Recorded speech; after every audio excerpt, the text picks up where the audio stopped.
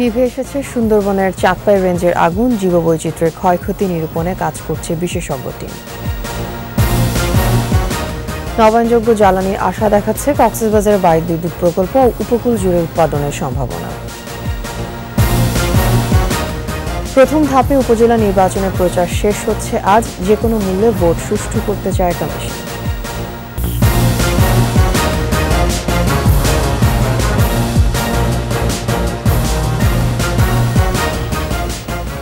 শুনছিলেন first security ইসলামী bank PLC সংবাদ শিরোনাম। আমন্ত্রণ জানাচ্ছি সকাল 9টার 21 সংবাদে। আপনাদের সাথে থাকছে আমি তাসনিমা ফিফা। দর্শক, 21 টেলিভিশনের সংবাদ একই সাথে সরাসরি দেখতে পাবেন আমাদের ফেসবুক পেজ www.facebook.com/2124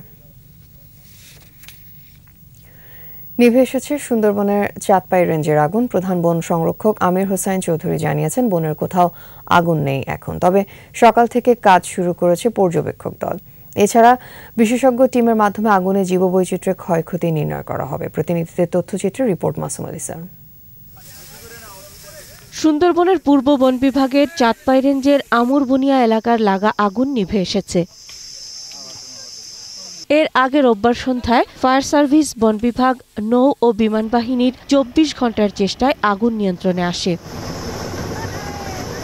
সরেজমিনে পরিদর্শন শেষে রোববার রাতে সুন্দরবন পশ্চিম বন বিভাগের সম্মেলন কক্ষে প্রেস ব্রিফিংয়ে প্রধান বন রক্ষক জানান, সুন্দরবনে বর্তমানে কোথাও আগুন নেই। পর্যবেক্ষণের জন্য কাজ করছে একটি টিম। প্রধান বনরক্ষক আরও জানান, আগুনে ক্ষতিগ্রস্ত জীববৈচিত্র্যের পরিমাণ নির্ণয়ে বিশেষজ্ঞ টিম গঠন করা হয়েছে। আগামী 10 কার্যদিবসের মধ্যে সুপারিশ সহ প্রতিবেদন দাখিল করবে এই টিম। এবং আমরা আশা করছি আগামী 10 কার্যদিবসের মধ্যে বিশেষজ্ঞ কমিটি কি পরিমাণ জীববৈচিত্র্যের ক্ষতি হয়েছে এই এলাকাতে আগুনের জন্য সেটি একটি অ্যাসেসমেন্ট রিপোর্টও দিতে পারবে। খুলনা বিশ্ববিদ্যালয়ের যারা ডিসিপ্লিন আছে, ফরেস্ট্রি ডিসিপ্লিন এবং ফিশারিজ ডিসিপ্লিন, এবং সেই সাথে সাথে ওয়াইল্ড লাইফ কনজারভেশন সোসাইটি এবং আরণ্যক ফাউন্ডেশন এবং সেই সাথে বাংলাদেশ ফরেস্ট ডিপার্টমেন্ট থাকবে। এর আগে শনিবার দুপুরে সুন্দরবনের বাগেরহাটের পূর্ব বন বিভাগের চাঁদপাই রেঞ্জের আমুরবুনিয়া এলাকায় আগুন লাগে। আগুন ছড়িয়ে পড়ে 2 কিলোমিটার এলাকা জুড়ে। মাসুম আলিসা, 21 টেলিভিশন। নবায়নযোগ্য জ্বালানির আশা দেখাচ্ছে কক্সবাজারের 60 মেগাওয়াট উইন্ড পাওয়ার প্ল্যান্ট, শুধু অবকাঠামো নির্মাণ ছাড়া, যেখানে অন্য কোনো উৎপাদন খরচ নেই। এরই মধ্যে দেশে প্রথমবারের মতো বায়ু বিদ্যুৎ যুক্ত হচ্ছে জাতীয় গ্রিডে। কক্সবাজার সহ দক্ষিণাঞ্চলের উপকূল জুড়ে বায়ুর শক্তিশালী গতি থাকায় পুরো এলাকায় এ ধরনের বিদ্যুৎ উৎপাদনের বেশ সম্ভাবনা রয়েছে। কক্সবাজার ঘুরে এসে রিপোর্ট করেছেন মোহাম্মদ নুরুন নবী, ছবি তুলেছেন ইয়াকুব লিটু।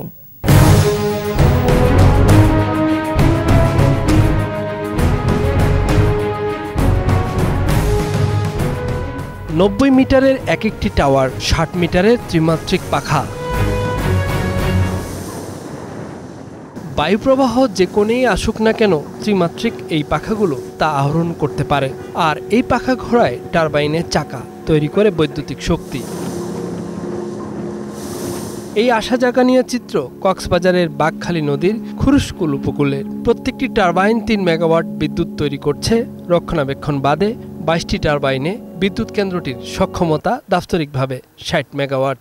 এখানে শুধু অপারেশন এবং মেনটেনেন্স খরচটাই শুধু হবে, এখানে কিন্তু ফুয়েল কস্ট জিরো। শীতকাল ছাড়া মার্চ থেকে শুরু হইয়া আমরা পরবর্তী দেখা যায় সেপ্টেম্বর, অক্টোবর, নভেম্বর পর্যন্ত আমরা মোটামুটিভাবে ভালো একটা জেনারেশন পাবো। এই পাওয়ার প্ল্যান্টটি মোটামুটি বছরে 145 গিগাওয়াট আওয়ার বায়ু বিদ্যুৎ জেনারেট করে গ্রিডে দিতে সক্ষম। 2017 সালের আগে এদেশের বায়ু ও পরিবেশ উপযোগী প্রযুক্তি সহজলভ্য ছিল না। এতে বায়ু বিদ্যুৎ তৈরির চেষ্টা আগে হলেও সফলতা আসেনি। তবে ঝড় ঝঞ্ঝা সহ প্রাকৃতিক দুর্যোগেও এখানকার প্ল্যান্ট অব্যাহত রাখতে পারে উৎপাদন। 22% বছরে যদি আমাদের 8760 ঘন্টা হয়, তার 2100 ঘন্টা আমরা বিদ্যুৎ সরবরাহ করতে পারবো। টেকনোলজি ডেভেলপ হয়েছে, আমাদের বাংলাদেশের মতো লো উইন্ড রিজিমের জন্য টারবাইন আপগ্রেড হয়েছে। আমরা সেই টারবাইনগুলো ইউজ করে আমরা এই বাংলাদেশে বায়ু বিদ্যুৎ নিয়ে আসার একটা স্বপ্ন দেখতে পাচ্ছি। চীনের প্রযুক্তি, কারিগরি সহায়তা ও বিনিয়োগে পরিবেশ বান্ধব প্রকল্পটি হয়ে উঠেছে নবায়নযোগ্য জ্বালানির রোল মডেল। বায়ু মানচিত্র জানান দিচ্ছে উপকূল এবং পাহাড়ে অনেক সম্ভাবনাময় এই প্রকল্প।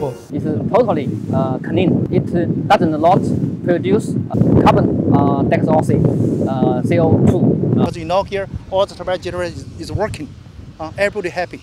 If wind is no, it doesn't work. In the different seasons, the wind direction is different. Now you see here direction, you see here goes this side, and next week maybe go another side. এই বিদ্যুৎ কেন্দ্র প্রতি বছর কয়লার ব্যবহার কমাবে 44,060 ton, carbon die oxide নিঃসরণ কমাবে 1,09,200 টন, আর কমপক্ষে 1 লাখ গৃহস্থালিতে দেয়া যাবে বিদ্যুতের সংযোগ।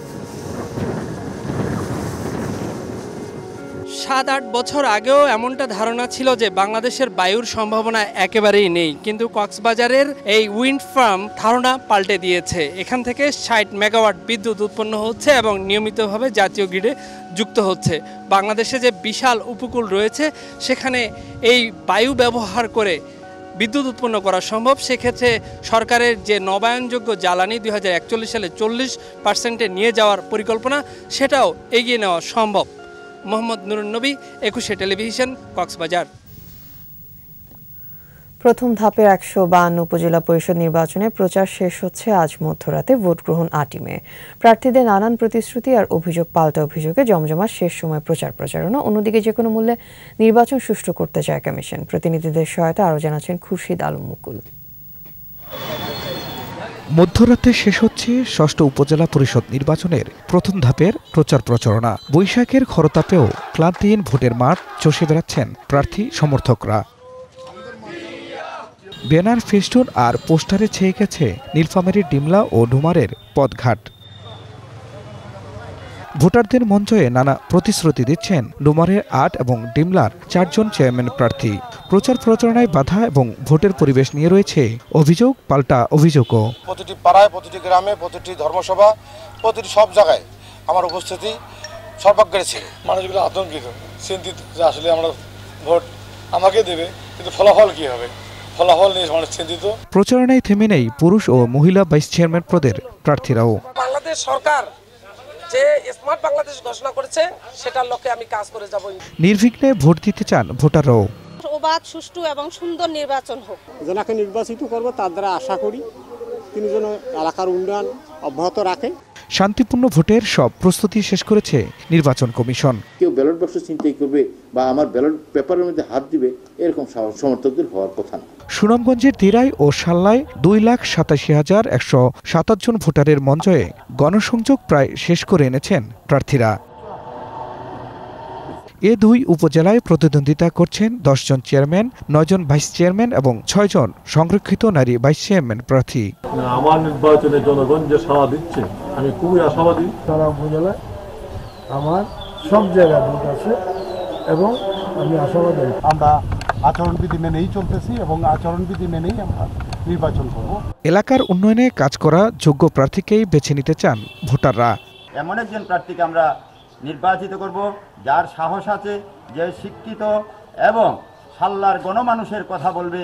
ভোটকে প্রভাবমুক্ত রাখতে কেন্দ্রে থাকবে পর্যাপ্ত সংখ্যক আইন শৃঙ্খলা বাহিনী। সমন্বিতভাবে আমরা যেন আইন শৃঙ্খলা পরিস্থিতি নিয়ন্ত্রণ রাখতে পারি, সেজন্য আমরা মিটিং করে প্রয়োজনীয় কার্যক্রম গ্রহণ করেছি।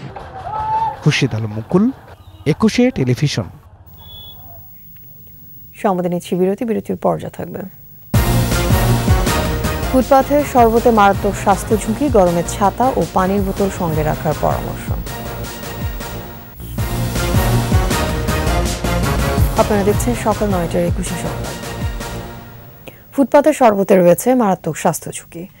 প্রচণ্ড গরমে এসব খাওয়ায় বেড়েছে ডায়রিয়া, আমাশয়, জন্ডিস সহ পানিবাহিত নানা রোগ। রোদ ঠেকাতে ছাতা আর তেষ্টা মেটাতে পানির বোতল সঙ্গে রাখার পরামর্শ চিকিৎসকদের। সবিতা চিরানের রিপোর্ট। দেশজুড়ে চলছে তাপপ্রবাহ। রেকর্ড তাপমাত্রায় জনজীবনে হাঁসফাঁস অবস্থা। জীবন জীবিকার প্রয়োজনে ঘরের বাইরে যাচ্ছেন এমন অনেকেই পড়েছেন স্বাস্থ্য ঝুঁকিতে। গরম থেকে প্রশান্তি মিলতে কেউ গ্রহণ করেন ফুটপাতে বিক্রি হওয়া শরবত, জুস কিংবা ঠান্ডা কিছু। অথচ ভোক্তারা জানেন না এসব খাবার কতটুকু স্বাস্থ্যসম্মত। রাজধানী ঘুরে দেখা গেল শরবত তৈরি হচ্ছে নোংরা পানিতে। তৈরি সময় থাকছে বিক্রেতার হাতের ময়লা। অর্ডার দেওয়া বরফ ডিপ ফ্রিজে আছে না, ডিপ ফ্রিজে অর্ডার করে আমরা বানাই নিই। কোন পানিতে তৈরি হয়েছে এসব বরফ তা জানে না ক্রেতা বিক্রেতা কেউই। আকাশের নিচে খোলা অবস্থায় তৈরি করা এসব খাবারে সারাক্ষণ পড়ছে রাস্তার ধুলো। অতিরিক্ত গরম লাগতেছে, তাই আমরা মানে সাময়িকভাবে তৃষ্ণা নিবারণের জন্য এগুলো সাধারণত খেয়ে থাকতেছি। না খায় তো কিছু করে না, গলামলা শুকায় যায়। চিকিৎসকরা বলছেন নোংরা পানি ও বরফ মিশ্রিত শরবত পানে রয়েছে বহুবিধ রোগের আশঙ্কা। আমাশয় অথবা ডায়রিয়া, পেটের সমস্যা, বিভিন্ন ধরনের জন্ডিস এই ধরনের কিন্তু হতে পারে। এই সময় পানিবাহিত রোগ যেগুলো হয়, খেয়াল রাখতে হবে যে একদমই বাইরে অনিরাপদ পানিটা খাবেন না। তাপপ্রবাহ থেকে স্বস্তি পেতে বেশি বেশি পানি ও স্যালাইন খাওয়ার পরামর্শ চিকিৎসকদের। সবিতা চিরান, 21 টেলিভিশন, ঢাকা। গাজীপুরে কাপাসিয়া লিচু বাগানে মৌচাষের বাড়তি আয়, স্বাবলম্বী চাষিরা তাদের দাবি ফুলের সঠিক পরাগায়নে বাড়ছে লিচুর ফলনও, ফলে লাভবান হচ্ছেন দুভাবেই। গাজীপুর প্রতিনিধি অপূর্ব রায়ের তথ্যচিত্রে আরো জানাচ্ছেন সমর ইসলাম। কাপাসিয়ার গ্রামে গ্রামে বাণিজ্যিকভাবে চাষ হচ্ছে লিচুর, গাছে গাছে থোকায় থোকায় ঝুলছে লিচু। কোনো কোনো লিচু বাগানে শোনা যাচ্ছে মৌমাছির গুনগুন গুঞ্জরণও। উপজেলার ৩০৫ হেক্টর জমিতে বেলারি, বোম্বাই ও চায়না 3 জাতের লিচু আবাদে ব্যস্ত ১৫৫০ জন চাষি। ১৩০৭ মেট্রিক টন লিচু ফলানোর লক্ষ্যমাত্রা ছাড়িয়ে যেতে আশাবাদী তারা। লিচু বাগানে মৌ চাষও করছেন ৪৫০ জন চাষি। বাড়তি আয় আর লিচুর বাম্পার ফলনের আশা তাদেরই বেশি। এবছরও প্রচুর মুকুল আসছে, এখানে মৌমাছির চাষ করা হয়েছে। মৌমাছি বসানোর পর গাছে ফলনটা বৃদ্ধি পায়। মৌচাক এরিয়াতে আমাদের পরাগায়ন ভালো হয়। লিচু বাগানের মৌ বাক্স থেকে ১ সপ্তাহ পর পর মধু সংগ্রহ করেন মৌয়ালরা। ফ্রেম ঝাঁকে দিয়ে বাক্স মৌমাছি রেখে লিচু ফেলে মধু আহরণ করতেছে। প্রতি বাক্সে প্রায় 2 কেজি 3 কেজি মধু পাওয়া যায়। মৌমাছিরা সরাসরি লিচু গাছ থেকে মধুটা সংগ্রহ করে এবং এই মধুটাই আমরা কাস্টমারের কাছে দিব। এখানে কোনো প্রকার ভেজাল হয় না। নানা পরামর্শে সহায়তায় চাষিদের পাশে আছে কৃষি বিভাগ। ফসলের উৎপাদন বৃদ্ধি প্রকল্প নামে একটি প্রকল্প রয়েছে। এই প্রকল্পের আওতায় ইতিমধ্যে আমরা মৌবাক্স সহ কলোনি পর্যন্ত আমরা কৃষকদের দিয়ে উদ্বুদ্ধ করার চেষ্টা করছি। চলতি মৌসুমে ১০ মেট্রিক টন খাঁটি মধুর পাশাপাশি ২০% লিচুর ফলন বাড়বে বলেও আশা সবার। সমর ইসলাম, 21 টেলিভিশন। শেষ করছি সকাল ৯টার ২১ সংবাদ। যাবার আগে ফার্স্ট সিকিউরিটি ইসলামী ব্যাংক পিএলসি সংবাদ শিরোনামগুলো আরও একবার। নিভে এসেছে সুন্দরবনের চাঁদপাই রেঞ্জের আগুন, জীববৈচিত্র্যের ক্ষয়ক্ষতি নিরূপণে কাজ করছে বিশেষজ্ঞ টিম। নবায়নযোগ্য জ্বালানির আশা দেখাচ্ছে কক্সবাজারের বায়ু বিদ্যুৎ প্রকল্প, উপকূল জুড়ে উৎপাদনের সম্ভাবনা। প্রথম ধাপে উপজেলা নির্বাচনের প্রচার শেষ হচ্ছে আজ, যে কোনো মূল্যে ভোট সুষ্ঠু করতে চায় কমিশন।